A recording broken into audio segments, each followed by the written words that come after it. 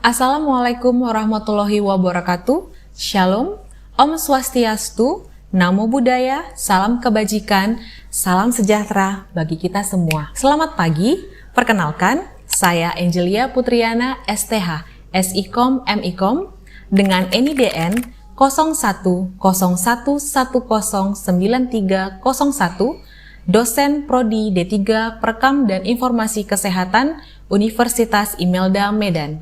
Berikut adalah pernyataan diri dosen dalam unjuk kerja Tridharma Perguruan Tinggi PDD UKTPT bidang pengajaran sertifikasi dosen Smart 2023. Mata kuliah yang saya ampu adalah di Prodi D3 Perekam dan Informasi Kesehatan ada 4 mata kuliah. Yang pertama adalah Bahasa Indonesia, yang kedua Kewarganegaraan, yang ketiga Pancasila, dan yang keempat adalah Komunikasi Efektif. Adapun penjelasan dari topik saya hari ini dengan pendekatan DIA, yaitu Delivery, Interaction, dan Assessment. Delivery adalah cara yang digunakan untuk penyampaian pembelajaran mata kuliah kepada mahasiswa-mahasiswi.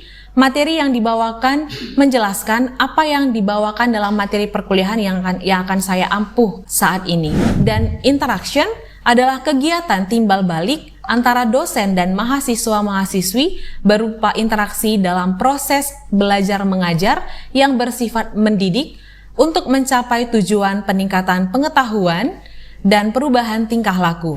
Serta assessment adalah penilaian secara objektif dari proses dan hasil pembelajaran untuk mengukur seberapa baik kinerja mahasiswa terhadap tujuan dan capaian pembelajaran dari topik mata kuliah yang telah diberikan masing-masing dosen. Dalam penjelasan yang sudah saya jelaskan tadi, dengan menggunakan media ini, saya akan menyampaikan aplikasi DIA pada mata kuliah Komunikasi Efektif dengan kode mata kuliah RMIK 202. Spesialisasi peminatan saya adalah komunikasi dan mengajar mata kuliah Komunikasi Efektif terkait konsep dasar komunikasi, penanganan konflik, dan komunikasi antar profesi tenaga kesehatan, yang dimana mata kuliah wajib ini di semester 2 dengan 2 SKS, 1 teori dan 1 praktikum. Untuk tim pengajarnya ada saya sendiri, Angelia Putriana SIKOM, STH, MIKOM, dan rekan saya bernama Johanna Kristi SKM, MKM, dan juga rekan saya yang terakhir adalah Ali Sabella SKAP, NS, MKAP. Adapun yang menjadi capaian pembelajaran lulusan pada mata kuliah Komunikasi Efektif adalah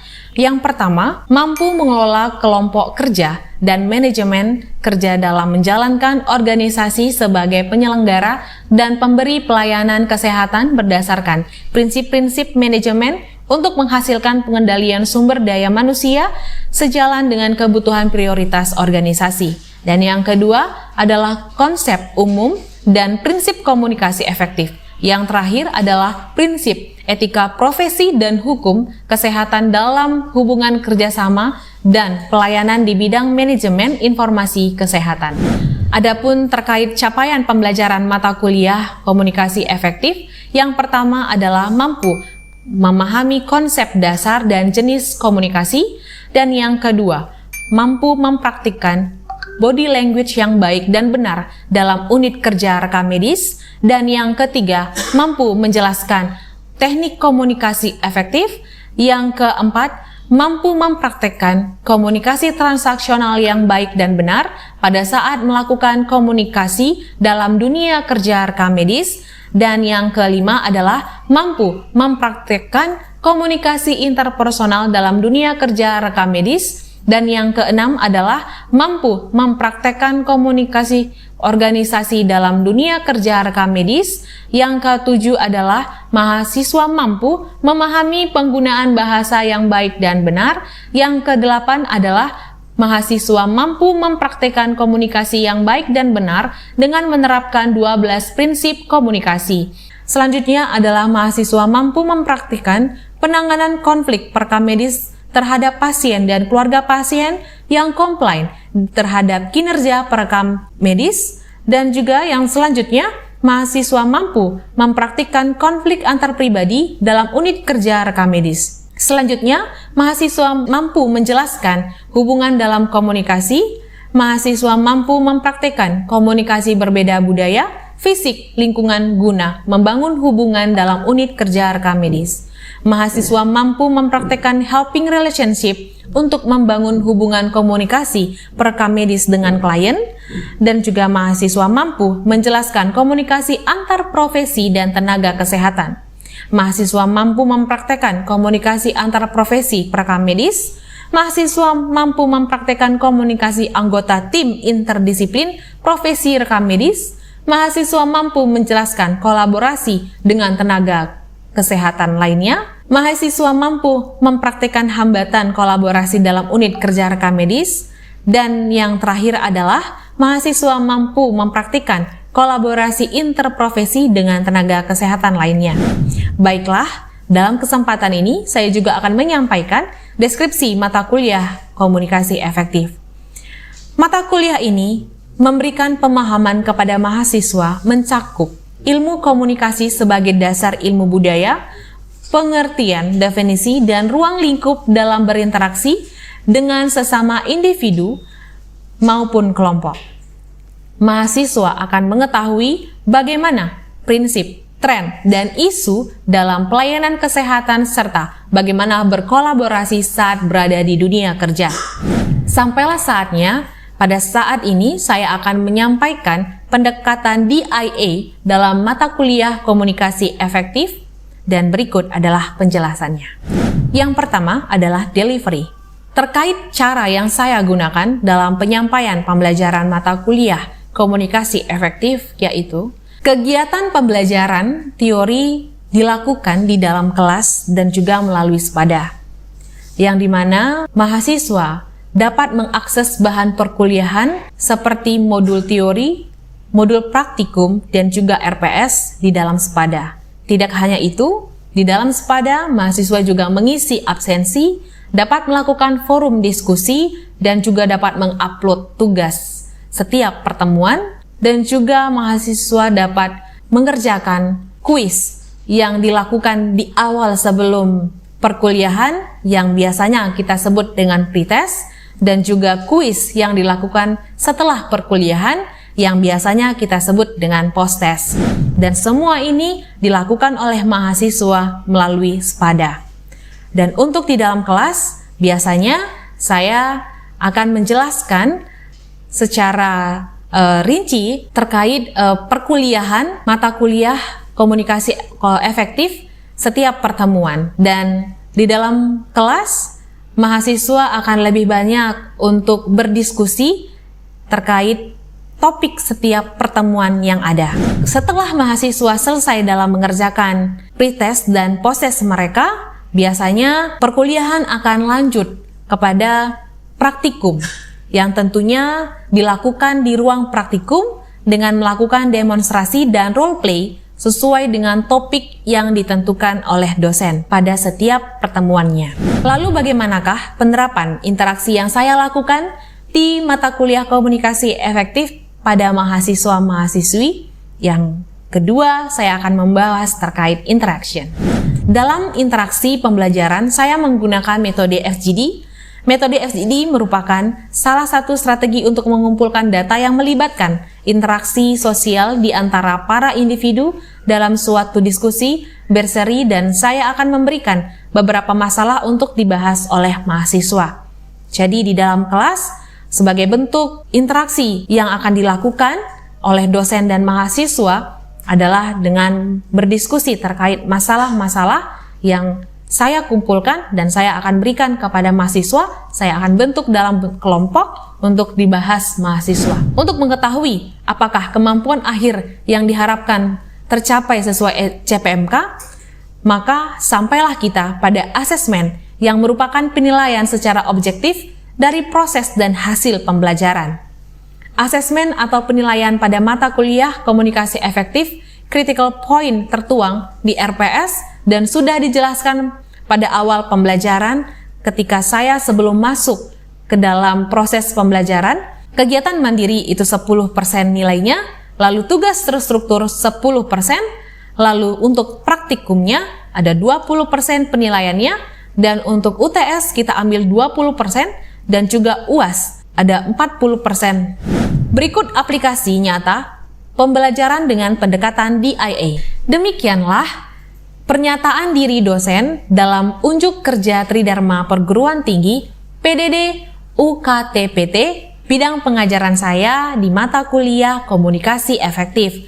Berikutnya, saya akan menunjukkan video pembelajaran saya yang saya lakukan di dalam kelas. Berikut adalah video praktikum untuk mata kuliah Komunikasi Efektif, satu SKS praktikum dan satu SKS untuk teori, dan ini adalah video praktikumnya. Selamat menikmati, terima kasih. Selamat pagi buat kita semua. Oke, hari ini kita akan masuk ke dalam pertemuan yang pertama tentang mata kuliah komunikasi efektif. Ya, dalam komunikasi efektif rekam medis, sebelum lebih dalam lagi, kita akan mengetahui dulu, mempelajari dulu bagaimana sih dasar-dasar dari komunikasi. Pengertian dari komunikasi itu adalah di mana ada pengiriman dan penerimaan pesan. Pengiriman dan penerimaan pesan, suatu berita, informasi dari dua orang atau lebih, sehingga pesan yang dimaksud itu bisa dipahami.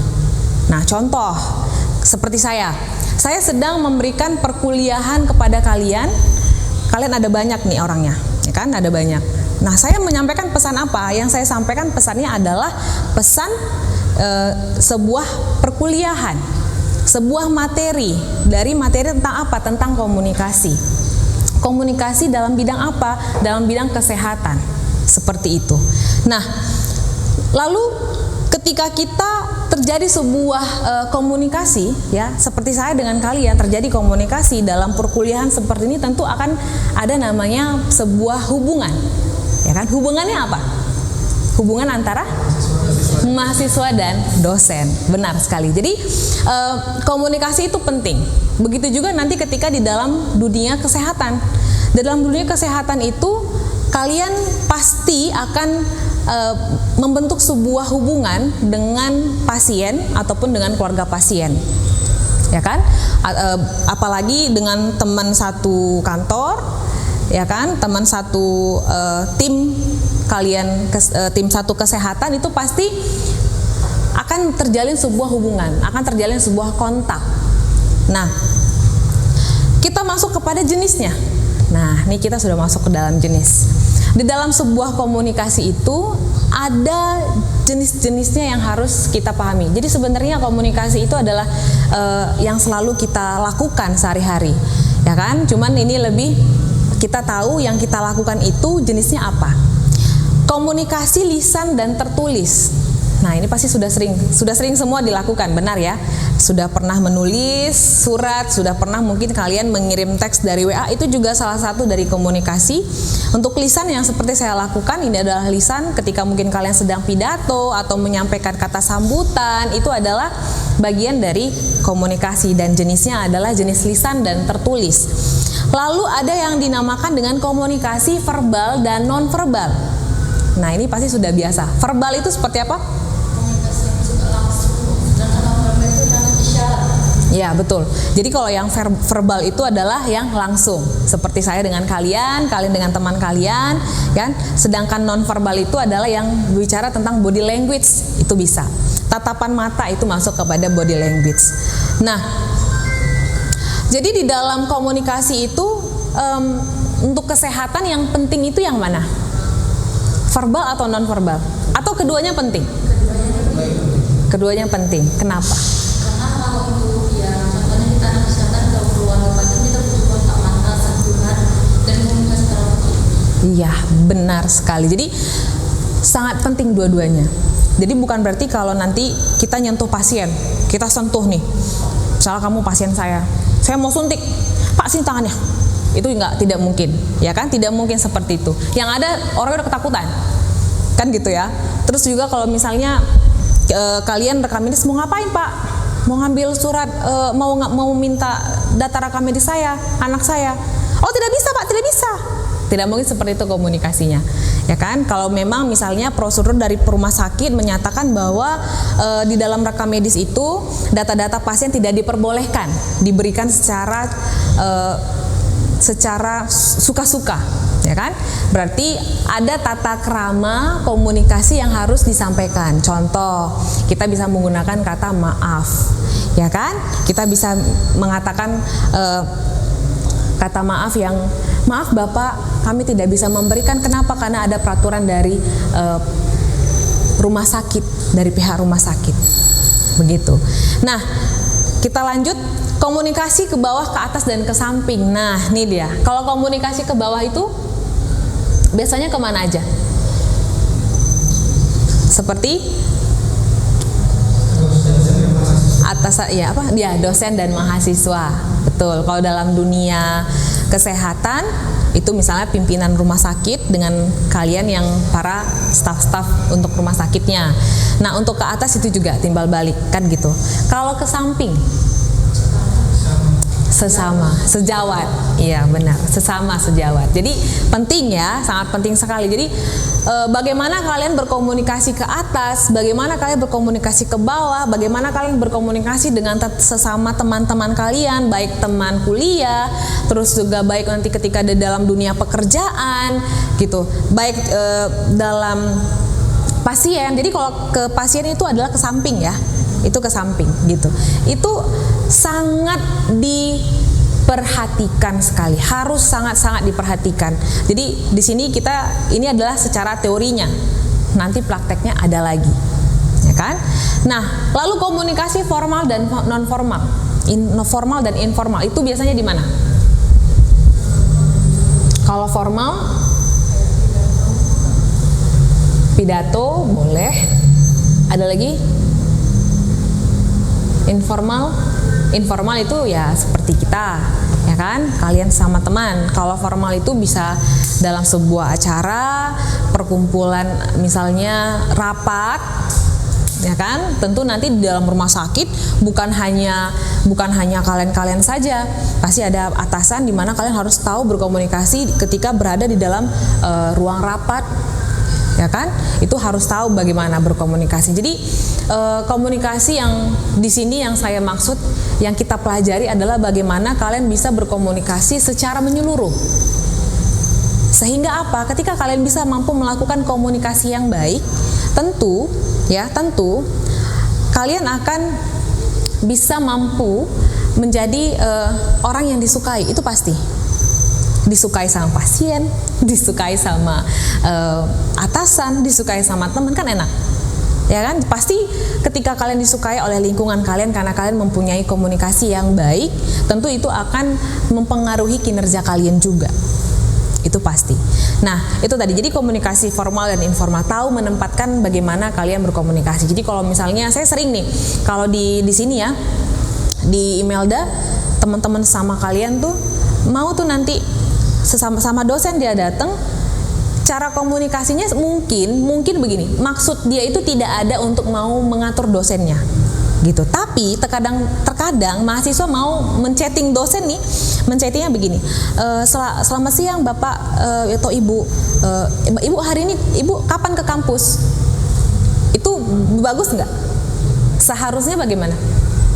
Apakah Ibu ada di kampus? Seperti itu kan, kalau ditanya kapan di kampus, kita seperti selevel, kan seperti itu ya. Jadi makanya kadang-kadang mungkin mahasiswa nggak ada niat nih, cuman dosen sudah memikirkannya bahwa, wah ini apaan nih mahasiswanya, kok ngatur saya, nanya-nanya saya di mana, saya kapan di kampus, kan begitu ya. Itu adalah salah satu komunikasi, makanya penting.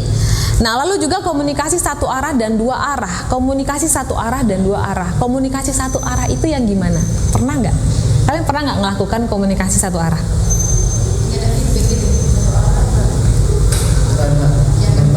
Iya, contohnya itu terjadi tadi kamu ada sebut di pidato. Nggak mungkin waktu pidato lalu ada feedback, nggak mungkin kan? Pasti kan ketika misalnya contoh kata saya memberikan kata sambut terima kasih yang kami hormati kepada Bapak, baru yang di sana yang ketika kita sebut iya Ibu katanya, kan tidak mungkin seperti itu kan. Jadi satu arah itu seperti tidak ada feedback. Jadi mungkin dalam ceramah, ya kan, ceramah-ceramah di masjid seperti itu pasti adalah komunikasi satu arah. Lalu ketika kalau dinasihati masih dua arah ya, kalau nasihatin ya, tapi kadang-kadang bisa juga satu arah, anaknya nggak bisa dikasih jawab, itu bisa. Nah jadi kalau dua arah itu pasti ada feedback. Itu biasanya ada diskusi, forum kuliah seperti kita ini, itu adalah bagian dari komunikasi dua arah. Oke. Nah fungsi dari komunikasi itu, nah ini penting. Jadi supaya kita tahu bagaimana pentingnya sebuah komunikasi, kita harus tahu fungsinya apa. Fungsinya adalah pertama sebagai komunikasi sosial. Kenapa sosial? Karena kita adalah makhluk sosial. Ada nggak yang kalian temui teman kalian yang dia tuh nggak berkomunikasi sama sekali? Kalau nggak berkomunikasi dia yang memilih, tapi tetap dia akan melakukan sosial. Tapi yang sama sekali dia tidak mau bicara, nggak ada kan?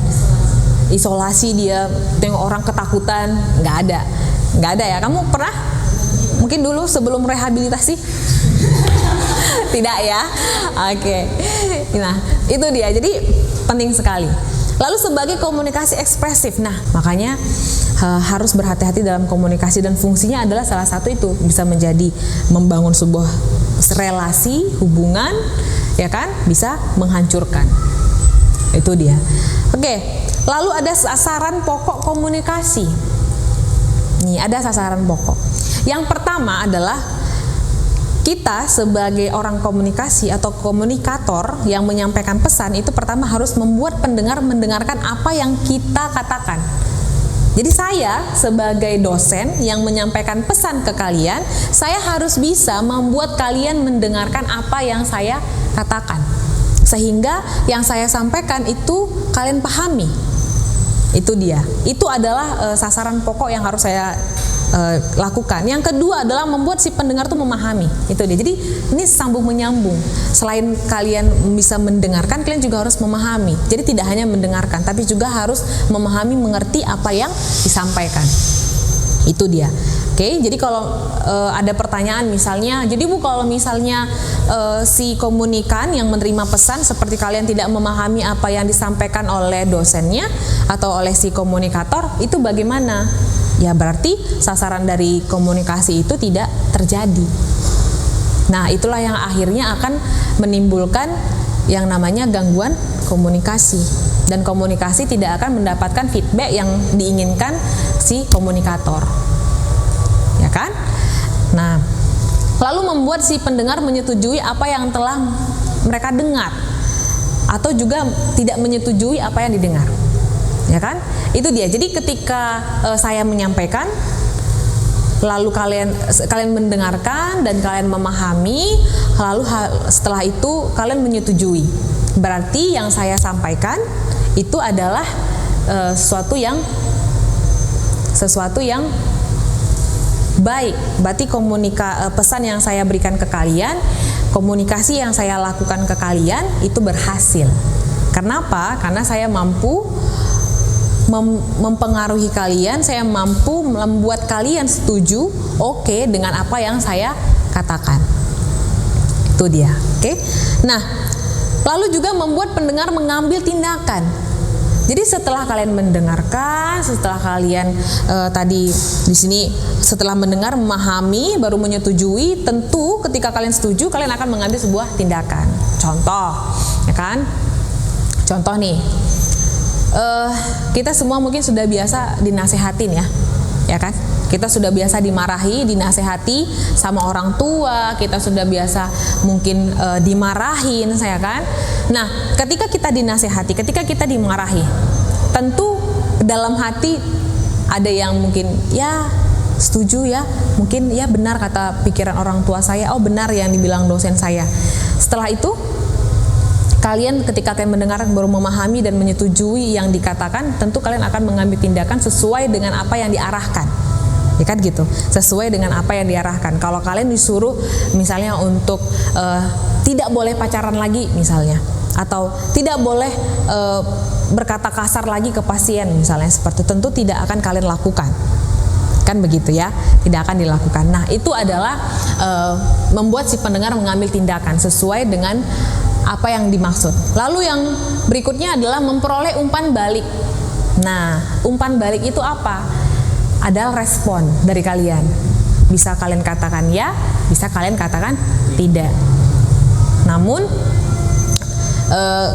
apapun yang respon yang diberikan dari si pendengar itu adalah bagian dari feedback. It's okay, nggak masalah. Tidak mempengaruhi dari komunikasi itu, ya kan? Nah lalu selesailah materi kita. Mulai dari adik, silahkan. Posisi duduk. Posisi duduknya tegak seperti ini. Oke. Dan jika ada pasien, kita berdiri, dan untuk menunjukkan arah kita harus menunjukkan seperti ini agar lebih sopan lagi. Baik. Nah, lalu untuk berjalan, ya.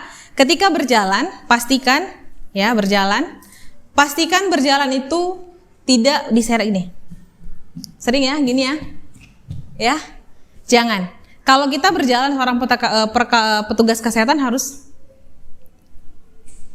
tegak saja berdiri. Jadi ini tetap pada posisinya. Ya, jangan mengasal seperti itu. Coba berjalan dari sana, Dek. Berjalan sampai ke sini. Bawa dulu bukunya biar terasa. Yuk, bawa dulu dari sana. Oke, ya. Seperti itu. Tidak diseret. Silahkan duduk. Lanjut ke temannya. Berjalan dari sana. Silahkan. Oke. Nah, seperti tadi tatapan harus ke depan. Jadi silakan duduk. Jadi kalau tatapan itu ya, wajah ini kita boleh ke depan, mata yang bergerak. Beda ya. Kalau kita kan biasa noleh begini. Bukan, tapi adalah biasakan kita ketika berjalan itu mata yang nolehnya segini aja. Tapi leher itu tidak. Karena sebenarnya pandangan kita itu luas. Untuk yang sikunya, ya. Dan ketika lain ceritanya kalau ada yang menoleh. Nah tujuannya adalah ketika kita berjalan mata tetap harus standby, on point. Itu adalah untuk kita bisa siap siaga. Siapapun orang di sekeliling kita yang membutuhkan yang namanya bantuan itu tetap bisa diberikan. Paham? Oke, coba Nuri, silahkan. Posisi duduk, berjalan, lalu bagaimana pandangan mata? Kita harus tegak. Jika ada tanda pasien, kita harus senyum. Ini kurang tegak. Oke. Posisi jika ada kita menunjuk arah, kita harus begini. Oke. Sopan. Cara berjalan. Dari sini silahkan dibawa. Pandangan mata lurus. Jangan kaku dong. Jadi Oke, coba ulang. Lebih rileks, lebih rileks. Yuk. Kok jadi kayak manten ya? Oke, it's okay. Ya. Tapi yang pasti adalah jangan tegang ya. Berjalan seperti biasa, tapi pastikan kita bisa ada terlihat wibawanya. Oke, begitu. Ada pertanyaan? Tidak ada? Sejauh ini aman ya untuk bahasa di dalam bahasa tubuh kita sebagai perekam medis. Oke, baik, terima kasih untuk hari ini pertemuan kita terkait praktikum dari body language di pertemuan kedua di mata kuliah komunikasi efektif. Saya ucapkan terima kasih untuk kalian, silahkan boleh pulang. Demikianlah pernyataan diri dosen dalam unjuk kerja Tridharma Perguruan Tinggi PDD UKTPT bidang pengajaran saya di mata kuliah komunikasi efektif. Semoga bermanfaat.